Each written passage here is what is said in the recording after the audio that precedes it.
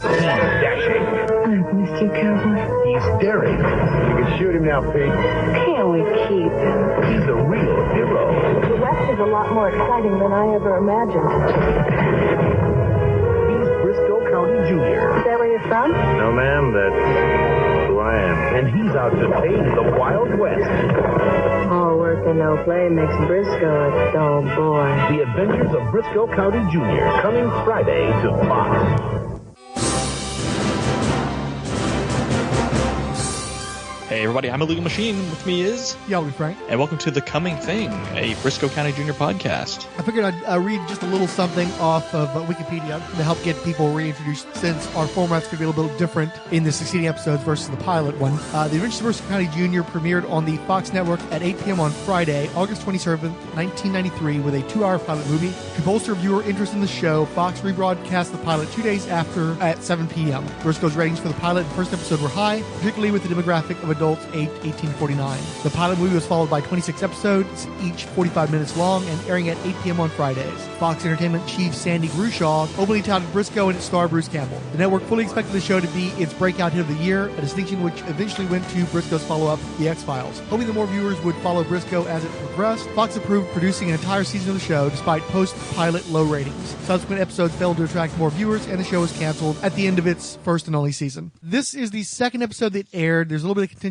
though, because on the DVDs it's actually the third episode listed, and it may have been filmed to be the third episode, but because I don't know better, I'm going to go ahead and stick with the original air dates. The Orb Scholar originally aired on September the 3rd, 1993. Chapter 1 was titled Our Ace in the Hole, and Chapter 2 was RSVP to RIP. It starts out with Socrates. Socrates is his name, right? Socrates Poole. That's I feel like I know all these names, and whenever we actually start talking about it, they jump out of my head. Okay, so Socrates Poole is playing golf, ironically.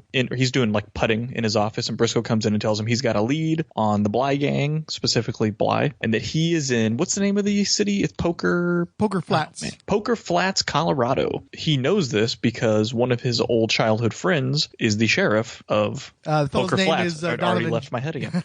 And the fellow's name is Donovan Joe, by the way. Donovan Joe. Good old Donovan Joe. Obviously, Poole is excited, and he decides to go ahead and take off on his own. We get a nice little horse riding montage as he goes across the country to Colorado. Once he gets there, he on his way there, he runs into an older gentleman who is being held up at gunpoint, and they're basically robbing his cart. Comet, Brisco's horse, and Brisco overthrow the two thieves and decide they're going to take him into town for judgment, for punishment. The older gentleman sort of tells him, I don't think this is a great idea, and he's like, well, why not? He's like, well, you'll see when we get there. They get into town. He's riding past what do they call it? It's a hangman gallows. A gallows, that's right, the gallows pole. So they ride past the gallows pole. You can tell it's kind of... We can call it Chekhov's gallows pole if you like. Sure. It doesn't look like the most welcoming place in the world. They approach the sheriff. Or who they believe is the sheriff. It's actually the deputy. That's right, Pew, deputy. Played by Robert Picardo. Who everybody will remember as what's his name from Star Trek, right? He was in Deep Space Nine, or was he in Voyager? No, he was the Doctor on Voyager. Doctor in Voyager, that's He's right. been in tons of stuff, though. He was on Gremlins 2, The New Batch. He was on China Beach, which is a show I used to watch. He's been in so much stuff. He's one of those guys. Basically, Pule says, oh, yeah, that's great. You brought those guys in, but drop your weapon because those guys are two of my deputies. He's like, what? So what happens is Brisco gets thrown in jail along with this older gentleman, and we find out, of course, that the policing department of this city here is not in the best of shape. While he's in the jail cell, he runs into, of course, Lord Bowler, because every episode of Brisco County's got to run into Lord Bowler at some point. He was following a lead on Bly and Also, went into the bar for a drink. He realized the bartender was a crook, tried to bring him in for bounty, and instead got himself arrested. Yep, and the crook went right back to tending bar. Again, they really double down on this is not the best place anymore. So at that point, they look over and they notice that the old man's sort of sketching in an old book. Brisco looks at the old man and recognizes that he's sketching the orb, and is like, how do you know about the orb? And he's like, what do you know about it? And he's like, you tell me what you know. And he goes in to sort of recap the pilot episode. Mm-hmm. And by the way, this is helpful. Professor Ogden Coles, who says that he's been studying the orb his entire life, even though we saw in the pilot the orb had just been unearthed and was just now becoming generally aware, the government was becoming aware of its existence. So there's no telling how Professor Coles interacted with this thing. Right. Has he been studying the legend of the orb? Are there multiple orbs? How does he know anything about the orb? It's left to be a question. His buddy Donovan Joe shows up, the sheriff of the town, and is like, "Oh my God!" We should say that earlier they talk about his life with Donovan Joe and how they knew each other, and he said basically Donovan Joe owes him a favor because they used to work for his father. They were out scouting when they were kids for a gang. Yeah, a swole gang, if I recall correctly, and they go into a gulch or something. Donovan Joe books it out of there and leaves Brisco on his own. The swole gang catches up with Brisco, shoots him in the shoulder, leaves him for dead, and his father ends up finding him and nursing him back to health. And Donovan Joe was in the wind from that point onward. Right, so that's the favor that he is owed. So Donovan Joe shows up and he was like, "Oh my gosh, Brisco, I'm so sorry about this. You shouldn't have been, get this man out of jail." So he tells Poole to get him out. Puel. Yeah, it was a really bad idea to have a guy named Puel on a show and where Poole is one of the co-stars. Yeah. So they get him out of jail along with the old man, and then he was like, "You better get Bowler out too." And he's like, "Bowler?" He's like, "Nah, I think I'm gonna keep Bowler." And he's like, "You said anything?" And he's like, "All right, I'll get him out." So they get Bowler out too. Fast forward a little bit, and it turns out, was that immediately afterwards where they go and they dunk him in the well? Was it that quick? Donovan Joe takes Brisco out to dinner and is talking about how he's been haunted by that childhood incident. And beyond haunted, he's just been waiting for the day that Brisco is going to come after him for, setting him up. He reveals that he did set Brisco up. It wasn't just that he was a coward, and that he's sick of looking over his shoulder and he's ready to kill Brisco. But unfortunately, he's useful to John Bly, who is working with Donovan Joe. So Brisco is captured by the crooked town and left in a well where he's basically waterboarded to try to get information out of him. But he explains that the orb disappeared with Big Smith, and he doesn't know where it is, wouldn't tell you where it was if he did know. And Bly's like, "All right, well, we'll just drop you down this well and you can drown." And he ends up breaking through a bit of rock and going over a small waterfall and escaping that death sentence. Correct. So at this point, we catch up with Bowler too, who's going to get his first meal now that he's out of jail.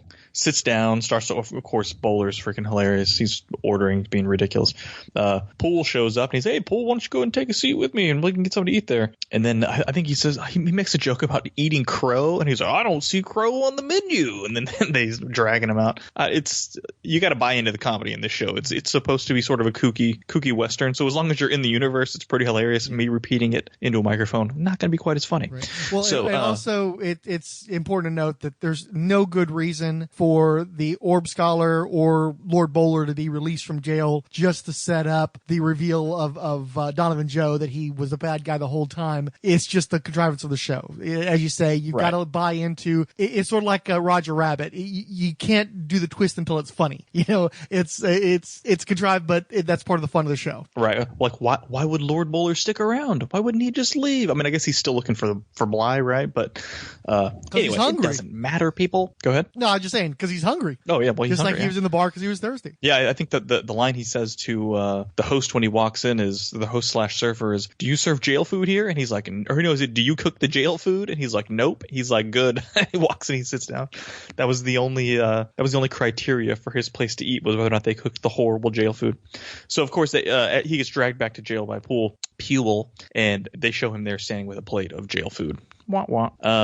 And there's a whole bit where there's a angry dog that they keep the jail keys around his collar, and nobody can get near this dog without getting their hand chewed off. Poole tries to feed him the food. The food gets eaten by the dog, but the keys are still safely on his collar. And it isn't until much later that Lord Bowler fashions a hook out of his fork and manages to lasso a rug that the dog is sleeping on and slowly pull it toward him and get the keys loose. And then he tiptoes out of the jail cell afterwards. And it's definitely cliche. It's definitely the kind of goofy stuff that you would expect from an older TV show, but it's handled so well. The performance is so great that you enjoy it regardless. Yeah, and you should also mention that in the jail with him is the real sheriff who was overthrown by Donovan Joe. Mm-hmm. And he's the one who tells him. Curiously enough, from what best I can tell, Bowler just sort of scoots out of there and doesn't worry about any of the rest of the guys. Yeah, but I loved where he was like, where he's talking about giving him giving the dog the food, and he was like, I just gotta warn you, anybody who's tried that ended up they can't clap at the opera. And he was like, I don't like the opera. Of course, Bowler. And one thing I love about Bowler's character is that this is technically the first quote unquote real episode outside of the pilot, and he is just like full on in character. Like there's no feeling out. Like even in Seinfeld, Kramer wasn't Kramer in the first season. Like he was very much the weird neighbor. He wasn't Kramer. Like Bowler he's already Bowler. It's just so funny to me that this early in the show he was that great. I understand it only lasts for one season. I get that, people. Maybe he was going to evolve in the second season, but I love him. He's so good, and he's hilarious. Well, that and the pilot episode, it makes it really seem like they're going to be rivals. It seems like they're rougher with each other in that pilot. Their relationship is not particularly warm, even though they do end up helping each other out. And it's funny how quickly that turns, because they just realize how great Julius Carry was as Lord Bowler, how much value he brought to the show, and just how well they worked off each other. And this episode really does help to define who Lord Bowler is going to be going forward. He was always that character. He was always 100% in character. But in this episode, we see the relationship forming that will carry the rest of the series. Yep, Brisco is back from his journey down the well. He traps Pool in a restroom. Pule in a restroom. It's driving me nuts. Yeah, sorry. Tosses a skunk in there and tells him, I'll give you the key back to the outhouse, or the latch that I've just broken off. I'll give it back to you so you can get out as soon as you tell me where John Bly's gone. So he tells him, heads over there, catches John Bly, and this is a great, I love this sequence where he's kind of standing in the corner, and Bly's like, hey, howdy stranger, or something like that, or can I help you, stranger? No, he's saying, because he's at the old bar, and he's saying, buddy, if you're waiting for service, you're going to be there a long time. Oh, that's right. Yeah, you're right. Okay. So then he turns around, of course. It's like he keeps calling him County, right? He calls him County. And he's like, I should have known. And of course, he pulls a gun on him, Brisco pulls a gun on Bly. Well, but he'd already had the gun drawn and ready to go. He wasn't playing around with him, and throws some shackles at him to tell him, hey, handcuff yourself. We're getting out of here. Yeah, and this is where I think they maybe kind of diverge a little bit from the way the pilot set it up, because the pilot set it up as though, I don't know, maybe they didn't. Maybe I'm wrong here, but Bly really gives a I killed your daddy heavy speech about how you're just trying to walk in your daddy's footsteps. You're trying to finish off what he couldn't finish. I remember when I shot him dead. Just like all this imagery. I know he's just trying to get him mad, but they really doubled down on you're just here trying to finish your daddy's business. Which in the first episode the pilot, they were really clear that Brisco, it was just kind of finishing the job his dad didn't do, not necessarily avenging his father's death. Yeah. Well, it's a lot like when Donovan Joe's confronting Brisco, and for him, he's got this heavy burden, and he's just been waiting on Brisco to come capture him. And Brisco's like, I'm not going to forget that, but I forgive you. I don't, it was in the past. You got scared, no big deal. Can you tell me where Bly is? That's all he cares about. He has no interest in any sort of revenge scenario. But John Bly is so effective at turning the screws on him, because again, Big Smith, it was very overt that he was trying to screw with this guy that he wasn't sure could be Brisco County, and County just wasn't taking the bait. Where Bly, I think, is really psyching him out, is really getting into his head, and it might just be that Bly is working at a whole other level, and that's how he's able to get Brisco to agree to a fisticuffs, to a man-to-man fight, no guns. Right, and that's the end game, is put your gun down and fight me like a man. And then of course Brisco's like, take the gun out of your boot first. So then because he had already dropped his pistols, and then he's like, oh, you got me, and he pulls the gun out of his boot. And just before they're about to fight, they're sort of squaring each other up, and that's when you find out some of Bly's guys are up in the rafters, or up on the second floor, and they've got Professor Ogden Cole's at gunpoint as well. Professor Ogden at gunpoint, and it's like, oh man, we got. So at that point, Bly picks up Brisco's gun and says, not just his gun, it is your dad's gun. I get to shoot you dead with your dad's gun. Shoot you with your dad's gun, and then I mean, I remembered parts of this episode, but shoots Brisco and leaves him for dead. Goes full Scott Evil. Right. And of course then at that point he's got the directions to we find out that Professor Ogden knows so much about the orb because he has the orb, and Bly's like he had given the information to Bly about where it is, and the Brisco shaking his head like, no, don't tell him. Tells him where it's at, and then he shoots Brisco. So they leave to go get the orb while the professor's there with one of Bly's lackeys, and basically Brisco's bleeding out, and he's trying to talk to him, and the guy's like, hey, I didn't even say you could talk to him. And the professor stands up and goes, do you smell smoke? And he's like, I do smell smoke. And he's like, those curtains over there, that window, the curtains are on fire. And he's like, the curtains are on fire. And then he's like, you better run into the city and get help. And he's like, the saloon's on fire. And the dude just runs out of the building. Very bizarre. So Briscoe's like, how did you do that? And he was like, not only the reason I know so much about the orb, or no, doesn't he just say it's the orb? He gives a very, I can't remember what his answer is to that. Sort of, yes. But he sort of insinuates the orb has given him the power to do what he had just done, essentially. The cloud men's minds like the shadow. I loved how that was handled. So then he runs out to get the orb, comes back. Or no, at the Bowler shows up, right? Yes. While the professor has disappeared to go get the orb on the other side of town from where he told Bly it was, Lord Bowler shows up, sees that Briscoe's got shot, knows that he's on his way out, and the two of them begin basically bonding over the fact that, Lord Bowler never had anybody. His mother died when he was 11. His dad died when he was just an infant. He used to have to go to church with, I think, he went like twice a week because his mother didn't have anybody to sit for him. And she sang in the choir, so he learned how to sing at the choir. And Briscoe's like, man, there's no way you can sing. And he's like, I sing like an angel. And then he proceeds to do like a whole verse of Amazing Grace beautifully. Yeah. Fantastic job. Very soulful. And that's one of those things you got to know they must have known who this guy was, Julius Carey, and just wrote that moment in for him and gave the episode time to let him sing a verse of Amazing Grace. Yeah, I thought that whole scene was really, really good. And again, it's Bowler again. I think Bowler stole that scene too. Not just before the singing, just 'cause you could care. He was really like, no, don't die, Briscoe. Like, I don't like you, but don't die. You know. See, it's much easier for Bruce Campbell to lay on the floor and just be scared that he's about to die. It's much harder for Lord Bowler to be this big, braggart and this just self-involved and aggressive person, for him to soften the way that he needs to recognize that this guy's on his way out and to show him, human affection, and also to compromise himself because he's sitting in the middle of a bar singing. John Bly and his people could be back anytime to shoot him in the back. I was actually kind of resenting Briscoe for putting Lord Bowler in a situation where he might end up on the floor his own self. But it was a great bonding moment. So then at that point, the professor shows back up with the orb, walks in with the orb, sets it down and tells Briscoe to touch it. And he's all like, I'm not going to touch it. He's like, you got to tell me what it is before I touch that thing.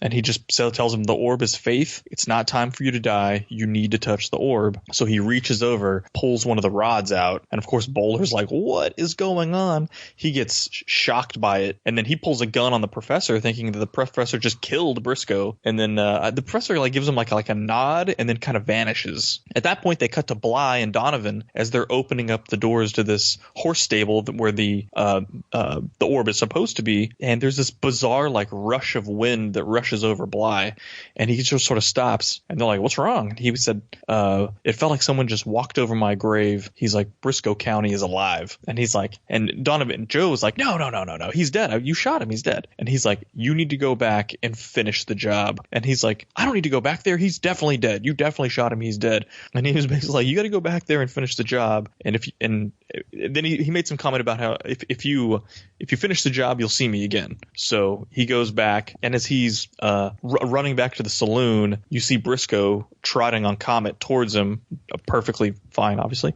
Well, and what's funny too is there are several moments from this episode that are in the title sequence for the rest of the series, and one is him slowly trotting up with that horse. And on the credits, it's just like, oh yeah, it's just a nice little cowboy and a horse, no big deal. But as played in the scene, it's nighttime, the wind's blowing, it's almost entirely silent. They're right by the gallows. This is a guy who's supposed to be dead and gut shot, and instead he's on his horse, just coming straight at you, not in any particular hurry, and it's scaring the bejesus out of Donovan Joe. And he's just firing his gun and not hitting anything. It's a really good shot of him just firing his gun, and they cut to Briscoe slowly walking with that smirk on his face, and he keeps firing his gun. And then when he gets off the horse, he tries to unload his gun the rest of the way, and it's empty. So then they're talking, and he's walking Donovan Joe up the steps of the gallows pole, and then he gives him a speech about how what was part of his.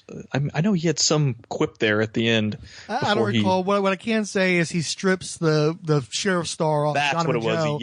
He yanks. He's like, "You're no longer the sheriff of poker, whatever." Yeah, and then he triggers the dead drop, and Donovan Joe goes falling through, but of course his neck isn't in the noose, so he just hits the mud. Right, and then Bowler runs to the bottom, and he was like, "Well, that was dramatic." And Brisco goes, "I was an English major, but a theater minor." So even to the sort of demented ending there, they managed to put in a little bit of humor. But it is funny how this show, I mean, you can see that there's so many influences in here because at its base level, it's Wild Wild West with the sci-fi mixed with the Western and the kind of lighter comedy elements. But then you've got the moment where he pulls the rod from the orb, and that very clearly evokes the sequence at the end of Raiders of the Lost Ark when they're opening the Ark of the Covenant and all this blue light's coming around. You don't know what to make of it, but you definitely get the sense of some force greater than mankind present in this room. And here at the end of the show, they're doing a High Plains Drifter riff, which is about as dark and is about as far from the aesthetic of Brisco County as you can get, but in the context, it actually works. Yeah, I liked the. I mean, this episode as a whole was kind of dark. I mean, between the border town, it's not really a border town, but just the rundown, and the corruption and the betrayals. Yeah, the corruption of the city. It's been overthrown. The fact that this is Brisco's childhood buddy who not only duped him once, it turns out, but then duped him again and turns him over to Bly. Bly thinks he's killed him twice in this episode, once actually shooting him, and he almost perishes from the gunshot wound. I mean, there's a lot going on in this episode. Mm-hmm. And as you said, a lot of great lines, a lot of great Lord Bowler moments. You definitely, if you weren't on board with Lord Bowler in the pilot, this episode made sure you did. And the best line in the episode too is when Professor Coles meets Lord Bowler in the jail cell, and Coles hears the name Lord Bowler and says, "That's a completely fictitious title, I presume." And Bowler's like, "No, I just made it up." I love that line. Great, dude. No, I just made it up. Yeah, so I loved. There was some really funny moments in this episode, and then, like I said, I really, really liked the scene in the saloon between Brisco and Bly, where they finally kind of meet for the first time, and they have this sort of tango where they're circling each other, going back and forth. Well, it's funny though, I because dug this episode. Bly is a really slight fellow. I'm not sure how tall he is, but he's obviously extremely lean, which is why he probably wears those big billowy sleeves. Yep. And then Bruce Campbell is underplaying Brisco County. He's definitely wanting to be a hero, but I also think he's trying to play the anxiety or the ambivalence because he's not really sure how he's going to approach Bly, if he's going to be, the man that he's been portraying himself as in the pilot, who's above all this revenge stuff, or if he's going to go ahead and kill the guy who killed his dad. And so he's in a vulnerable moment. And so when you see these two guys circling each other, it's not like a big macho moment like you get from an action movie. These guys feel compromised and small a little bit. The testosterone in the room, but there is definitely a tension, and especially Bly is able to talk himself and the audience into a place where you still feel stakes in this confrontation. And man, he is so creepy. Yeah. He's just super creepy because I think part of it is because he's so thin, and just the way he talks, he's very, very bizarre and off-putting. Is basically the next generation of Jack Palance. I almost think that he modeled himself after Palance because he had that same serpentine hissing sound the way he spoke. Yeah. He had somewhat similar bone structure. He had that kind of like overly smooth skin where it almost feels like it's drawn a little too close to the skull. And yeah, he definitely gives you that creepy vibe, and he's going for it, and he does a great job selling that. He reminds me of the priest from Poltergeist. I can see, the same kind of like that bone structure and that tightness of the face. And then with the hat and everything, and then the way he talks with the, like you said, with the serpentine kind of almost hissing, it's he's very off-putting to me. And I got to make another confession, as I've said in the past, about the movie Roadhouse, where two of my great American heroes, Sam Elliott and Patrick Swayze, Dalton and Wade Garrett, these are like my man idols. I got to tell you, as nuts as it is, I love the way that John Bly dresses. I love the hat. I love the pirate shirt. I love the vest. He was an aspirational figure because I just thought he looked so damn cool with the long hair and everything else. I never got there either, but if I could have, I'd have gone for a John Bly. Yeah, and there's no mistaking that dude's a bad guy. Like, there's no mistaking it. This dude is like, it's all black with the puffy white shirt underneath. I mean, he looks like like you said, like a pirate. He looks very piratey. This was, I thought, for all the main figures in this show going forward, this was a very good episode for each of them. Yeah. Well, one thing I want to point out too is, I've always loved this show, and I've wanted to watch this show in would either blog about it or podcast about it forever. So it's time to go ahead and get this podcast out. You and I got together and recorded our first episode, and it was only then that I realized that there was another podcast called Dead by Dawn, which covers the Evil Dead universe and Army of Darkness, that material. And they'd covered everything up through the last season of Ash vs. the Evil Dead. And looking to find something in the Bruce Campbell oeuvre to continue the show with, at least until they knew what was going to happen with the Evil Dead franchise, they started covering Brisco County Jr. on a weekly basis, beginning with the actual date of the 25th anniversary. So it went from me having this novel idea of this little tiny show that nobody really paid attention to they're already on episode like 17 of their coverage. And what's funny is listening to their episodes, they're more like what you would expect from us from Rolled Spine, because it's cursing and it's a lot of negativity and tangents and jumping up on a soap opera for political points. It's like all the trademarks of Rolled Spine, and yet the Rolled Spine show is a clean show. We're playing clean. We're trying to keep it short. We're trying to keep it on point. But one thing I couldn't let go of was that X-Files was the hit out of this night's combo. Here in Houston, Brisco would be on at 7 o'clock and X-Files would be on at 8. And I was tuned in to Brisco because I was a fan of Army of Darkness and Evil Dead. I loved Bruce Campbell. And the show hooked me in very quickly as well, even though I was never that big into Westerns. And I'd occasionally watch X-Files, but I found it boring, to be honest with you. It didn't grab me the same way. Over the course of the series, I watched more episodes and enjoyed more of those episodes, but I'd never really considered myself a fan. And so I'm watching this moment where the professor's brought in the orb, and he's talking to Brisco, and Brisco's wanting answers to the mystery of the orb. And the professor keeps saying, this is faith. You've got to have faith. You're going to be healed. You have a mission. We are going to meet again. You're going to go after John Bly again, but you're just going to have faith and take this orb. And it heals him, and it gives him the opportunity to go back to be a hero and begin righting wrongs. And what gets me in watching the show is it's very old-fashioned. As we talked about in the pilot episode, I feel like the people who were at the networks at the time looked at the show, it reminded them of the shows of their youth, and they loved it in a way the actual audiences of that time didn't. And it was not embraced by those audiences. Most of those people ended up going to X-Files instead. It ended up being a last hurrah for that clear-cut, good and evil, right and wrong kind of storytelling. And then X-Files ends up becoming the big thing in the 90s, and the 90s were a somewhat cynical time, a sarcastic time. That show made sense that time period. But I feel like we look in the modern day and we see what that's wrought. You've got so many people that question everything, that are so pessimistic about everything, that have gone so whole hog into these bizarre belief systems based on assumptions of conspiracy from the government or from the medical community or whatever, and they embrace these bizarre theories that have no bearing on science, and most of the time they're projecting those theories onto this box that was created by people that are way smarter than them, that they can't understand, and yet they're using it to communicate this nonsense that they believe. I look at Brisco County and it's like, how much different would the world have been if instead of continuing the trajectory that began in the Watergate era of distrusting everything and being cynical about everything, if we'd gone back to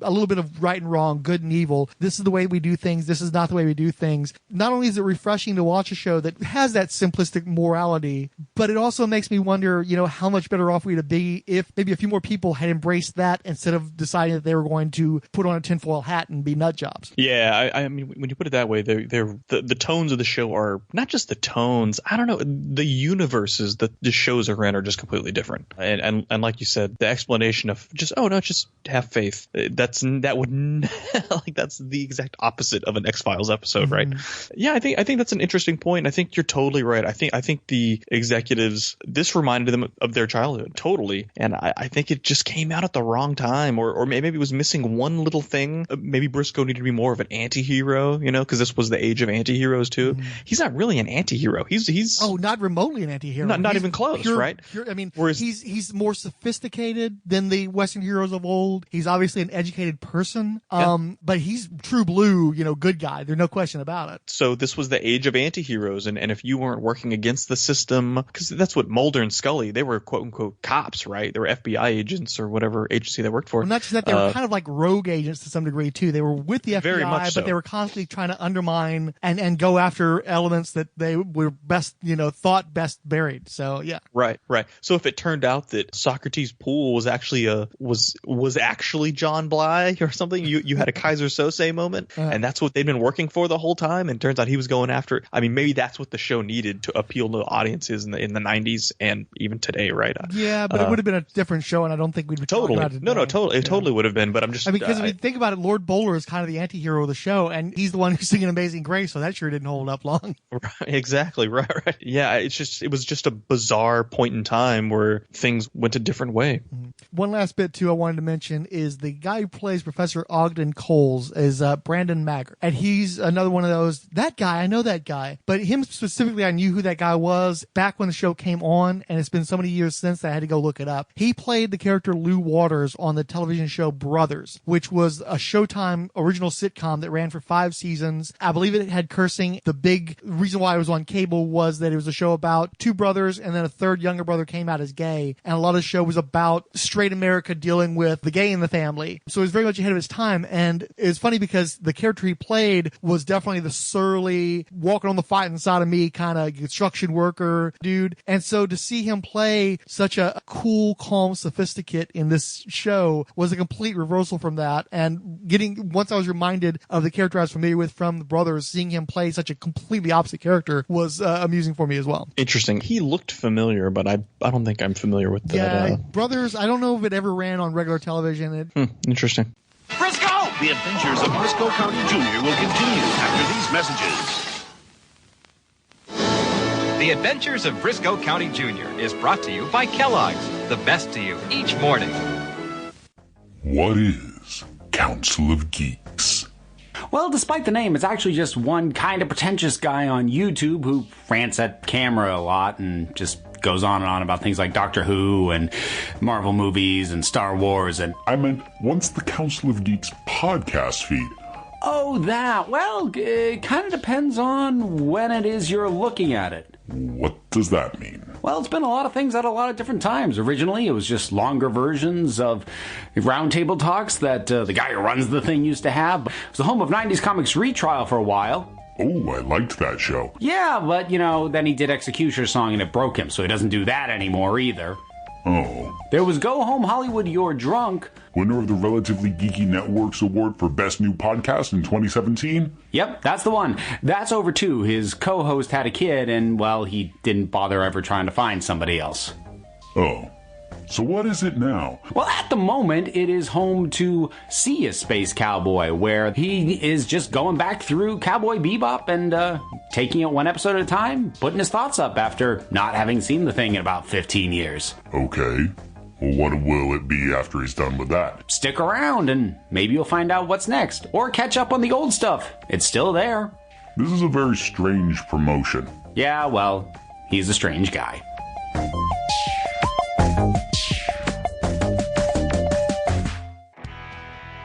First appearance of Superman in 1938. Batman in 1939. Rock and roll born with Elvis's first album in 1956. The modern sitcom created in 1944. The point being that pop culture in all its forms was born during the 20th century. I'm Scott Weatherly, and please come and join me on 20th Century Geek, a journey through the common and not so common elements of pop and geek culture. Every week I alternate between a blog and a podcast as I look at something different, using roundtable discussions, interviews, reviews, and some general rambling. Find us on iTunes and Stitcher, or visit our website 20thcenturygeek.com. 20th Century Geek, the blog and podcast that meets your history and geeky needs. And now back to the adventures of Brisco County Jr. Anything else on the episode before we go on to the mail? No, I think that's good. Okay, so we're looking at The Coming Thing, Chapter 1, Bly Gang Murders Marshall Brisco County. On Facebook, Watam Shioran and Scott Rowland liked us. As far as Twitter goes, we got the 11 from 108 Sage, Adam Blackmoon, Ali Batts, Andrew Leyland, Anime Freaks, Anime Nostalgia, Dr. Ange, Anthony the Insomniac Drunken Monk of Alternafans, Ardur for Life, BGSU Batman Conference, Big Easy 77, Biko Django, Bob Buster, Camilla Guarin, Chris at Bad Books for Beginners, Chronosphere Fiction, The Cinebud Podcast, Coffee and Comics, Comics in the Golden Age, Daniel French Fishbonius Sound Design, David Golding Art, Dog Days, Doc Strange, Dr. Carol Tilley, Dr. G Nerdologist, Dwight L. McPherson, Eb Desam, Felipe Alves Deo, Fritz Freakenstein, Gabriel Blake, Gregory Litchfield, The Hammer Strikes, Random Geeky Stuff, History of Comics on Film, The Hoopers Podcast, Ice in the Face, Jeffrey Brown, Jennifer DeRoss, Jeremiah French, Jerry Whitworth, John Horsley, Justice First Dawn, Keith G. Baker, Christados, Liehard Show, Longbox Crusade, Longbox of Darkness, Max Romero, Myrna Loy, Nerdfic Strangers, Nexus of All, Nicole at Zaked Sphere, Paul Matthew Carr, Professor Frenzy, Rad Adventures, Randomitable, Randy Caldwell, Ranger Gord, Resurrections and Adam Warlock and Thanos Podcast, Ruis Morris, Richard G, Scott X, Sean Hall, Secret Wars and Beyond Podcast, Sean Merrick, Slangwood Scott, Steve Sellers, Talk Nerdy to Me, Tim Price, Range and Vigilante, Warlord Worlds, Webcast 411, Words and Pictures, Zach Sally, and Zombie Outlaw Comic. Daniel French wrote, Yeehaw! Mark Gray wrote, Thanks, I've heard of this, but never seen it. Do you want to tell Martin Gray where he can see it over there in Scotland? Hey, head over to Daily Motion. They got the whole damn thing. You can just stream it. Dr. Carol Tilley wrote, How can it be 25 years already? And tell me about it. Oh my gosh, yeah. Slangwood Scott wrote, I enjoyed this thoroughly. Thank you. You're welcome. BGSU Batman Conference, which I know it spells out something different, but I'm tired and we're doing this at the last minute, so I'm not going to look it up right now. He said Bruce Campbell would have been a pretty good Bruce Wayne. And he showed a picture of him from the early 90s, and he was a damn handsome man. I don't know about... I guess he would have been good Bruce Wayne. I'm not sure about Batman, though. I don't know. I think he's got too much personality for Bruce Wayne. I don't know. That's my opinion. He's got chin, though. He's got chin for days, so he wouldn't need the little plastic thing like That's true. Our boy Michael Keaton needed. But I think I almost see him... He could probably do Superman more than Batman, I think, honestly. Especially now that Robert Downey Jr. has done Tony Stark, I think he would have been a great Tony Stark before Robert Downey Jr. Ooh. Well, I mean, I guess he probably wouldn't want to put on the suit today, though. Oh, no. So Ryan Daly wrote, So, Mac doesn't like the Untouchables. And then there was a sports gif, which I'm sure you could elaborate on, that I can't. I don't remember it. Shut up, Keith G. Baker. No, that was Ryan. Oh, wait, what? Ryan. Oh, Rion DeLay sent that? Oh, I have to see the gif. It's the one where the basketball player is like looking up and he kind of shakes his head and looks back down again. Oh, gotcha. Sorry, Rian DeLay. I'm not a fan of the Untouchables. It's super freaking boring. I guarantee that movie does not hold up. Watch it again. Yeah, love the Untouchables. Love the music especially. That's one of those songs where if I'm in the right kind of mood, I'm just walking down and I'm just hearing that as like my theme music as I'm walking someplace. I mean, dude, doesn't it lose street cred? The fact that it's just not even slightly historically accurate. Like, not even slightly historically accurate. I mean, come on, dude. Like, was that whole era not interesting enough? You had to just make up your own stupid story? I mean, give me a break. Whatever. Kevin Costner, go to hell. Yeah, it was a highly fictionalized account. I never took it as being a biographical anyway. I just saw it as an action movie. Watching the movie, there's no way you're going to see that and think that any of that really happened the way they showed, So I don't sweat that. I enjoyed it. And I love Brian De Palma anyway. I'm a big De Palma fan. So, and again, that's one of those movies that I saw during that one day that I got to go to all the concession stand, so I have a nostalgic tie to that as well. But no, I think it has great performances. I mean, I think that was one of Andy Garcia's first big roles, which, depending on your feelings for it, Andy Garcia may not make much of a difference to you. But I love Sean Connery, of course, in that, and it's actually one of the best Kevin Costner movies too, as far as I'm concerned. So great music, beautifully directed. I think De Niro's great as Capone. I really dig that movie, honestly. I kind of every time you guys start slamming the movie, it makes me want to go back and watch it again. I find that film to be very touchable.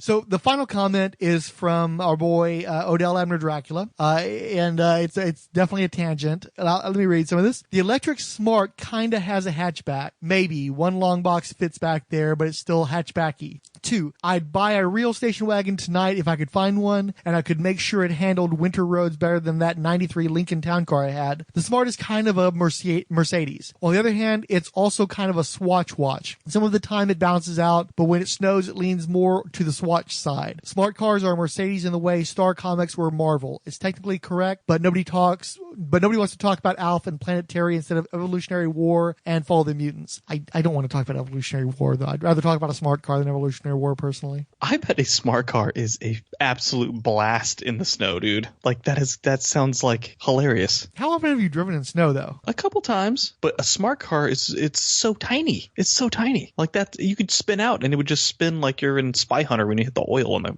ground or something. It'd be hilarious.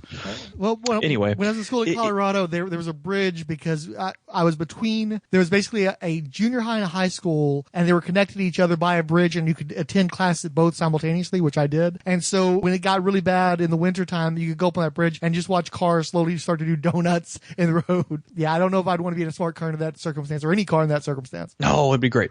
But as far as wagons go, sir, there are plenty of wagons still for sale here in the United States. The E63 AMG is one of the greatest vehicles being produced on the planet currently, and you can buy that right here in the United States. It's only like $120,000. Only. Yeah, anyway, the wagons are out there if you're looking for them. And our final comment of sorts came from Adrian. I'm impressed, I must say. Seldom do I encounter a blog that's both equally educative, and engaging, and let me tell you, you have hit the nail on the head. The issue is something that too few men and women are speaking intelligently about. I'm very happy I stumbled across this in my search for something relating to this. I did not see where the link was to the Viagra or whatever they were. Oh yeah, it was definitely. I can guarantee you, it was discount Viagra or whatever it was.